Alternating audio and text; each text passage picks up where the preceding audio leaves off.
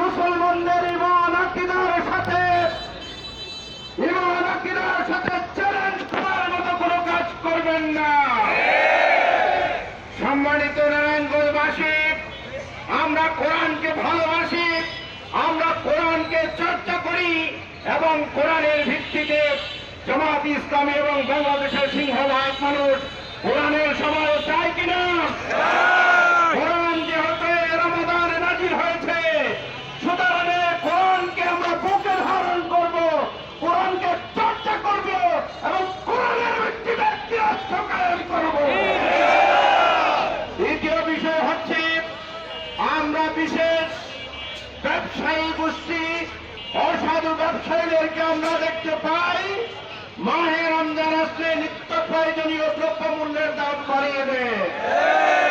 আমরা বাজার কমিটি যারা আছে, ভোক্তা অধিকারের যারা রয়েছে, সরকারের সংশ্লিষ্ট ব্যক্তি যারা রয়েছেন, তাদের উদ্দেশ্যে বলতে চাই, এ মাহে রমজানে আপনারা বাজার মনিটরিং করুন এবং সাধারণ মানুষের কোন ধরনের যাতে কষ্ট না হয় সেজন্য প্রয়োজনীয় দ্রব্যমূল্যের যে দাম সেটি কমাতে হবে।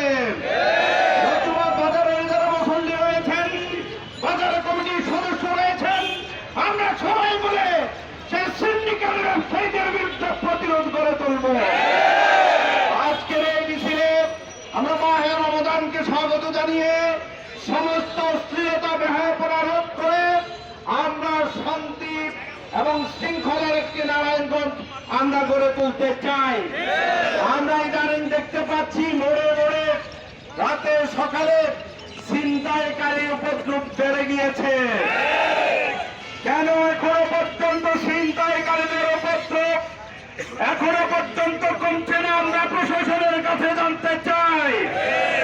আমরা অনেক আশ্বাস শুনেছি, এখন আর কোন আশ্বাস আমরা দেখতে চাই না। আমরা এদিকে বাস্তবায়ন দেখতে চাই।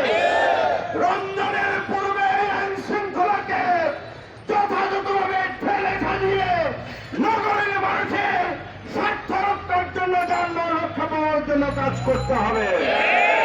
আজকের এই রমজানকে স্বাগত জানিয়ে যে মিছিল এবং পাশাপাশি দ্রব্যমূল্যের ঊর্ধ্বগতি রোধের জন্য আমাদের যে দাবি, এই দাবির সাথে আপনারা সবাই একাত্মতা আছেন কিনা? সেই হিসাবে অত্যন্ত সুশৃঙ্খল ভাবে আপনারা অংশগ্রহণ করবেন। আমরা প্রেস ক্লাবের সামনে গিয়ে সেটি শেষ করবো ইনশাআল্লাহ। আমরা পরস্পর অন্যায়ের বিরুদ্ধে আমরা প্রতিরোধ করে তুলে আগামী দিনে বাংলাদেশকে পুনরায় একটি ফ্যাসিজম মুক্ত বাংলাদেশ হিসাবে করতে চাই। আমাদের এই আন্দোলনে, আমাদের এই মিছিলে আপনারা শরীক হবেন, এই প্রত্যয় ব্যক্ত করে আমাদের মিছিল এক্ষুনি শুরু হবে। সবার সার্বিক সহযোগিতা কামনা করছি।